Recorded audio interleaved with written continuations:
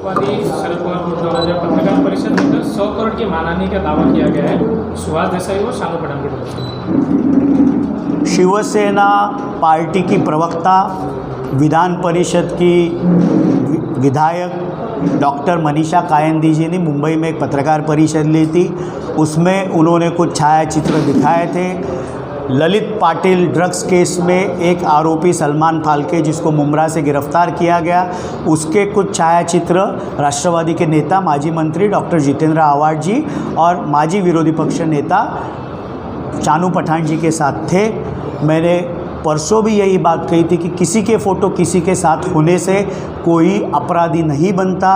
अगर जांच में चाहे नासिक पुलिस हो, चाहे मुंबई पुलिस हो, चाहे पूना पुलिस हो, ललित पाटिल के ड्रग फैक्ट्री में से एमडी ये सलमान फाल्के ने मुंब्रा में अगर बेचा रहेगा और उसको किसी भी पार्टी के लोक प्रतिनिधि ने राजाश्रय दिया है, ये अगर जांच में सामने आया तो उस पर कड़ी कार्रवाई होनी चाहिए। राष्ट्रवादी कांग्रेस पार्टी की ये स्पष्ट भूमिका है कि ड्रग्स के खिलाफ ज़ीरो टॉलरेंस। मैंने कहीं पर भी, मैं भी शानू पठान जी को मराठी कम समझ में आती है, पढ़ने में कम आती है, तो उन्होंने मेरी बात ठीक तरह से न पढ़ी न समझी।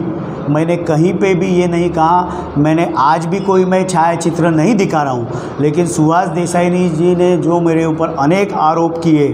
हम समाज में शारीरिक रूप से विकलांग लोग देखते हैं, जिनके प्रति समाज को हमेशा से संवेदना और संभावना रहती है कि इन लोगों की मदद करनी चाहिए। सुहास देसाई बौद्धिक रूप से विकलांग है। उन्होंने कहा मैं 1.5 साल ही सांसद था।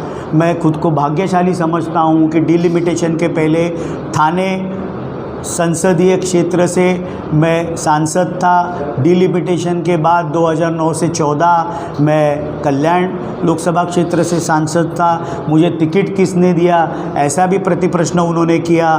तो मैं उनके जानकारी के लिए बोलता हूं कि राष्ट्रवादी में एक पार्लियामेंट्री बोर्ड बैठता है, जिसके अध्यक्ष हम सबके श्रद्धास्थान राष्ट्रीय अध्यक्ष शरद चंद्र जी पवार साहब हुआ करते थे, और पक्ष के वरिष्ठ नेता प्रांताध्यक्ष सभी उस पार्लियामेंट्री बोर्ड के मेंबर हुआ करते थे, जिन्होंने मुझे 2014 में कल्याण से लड़ने की जिम्मेदारी दी, 19 में थाना से लड़ने की जिम्मेदारी दी।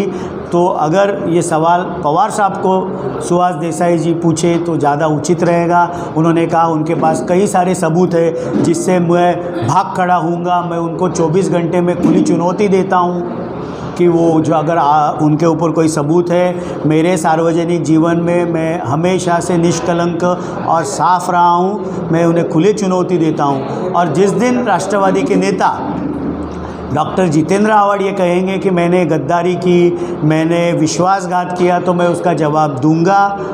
मुझे नहीं लगता कि सुहास देसाई के इन आरोपों पर मुझे कोई और बात करने की ज़रूरत है। सर, शानू पठान ने ऐसा भी कहा है कि मेरी छवि को जो है ख़राब करने की कोशिश की गई है, 100 करोड़ का मैं मानहानि करता। तो क्या आपका कोई नोटिस आपको रिसीव हुआ है?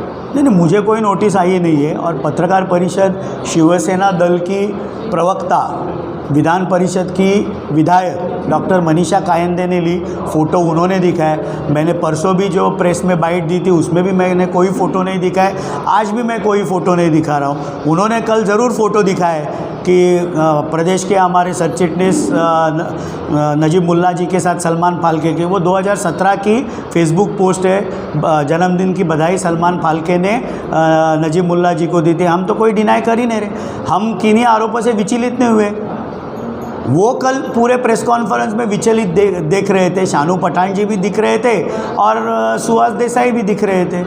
हमें कोई डरने की ज़रूरत नहीं है। जब हम साफ बेपाक है तो हमें डरने की क्या ज़रूरत है।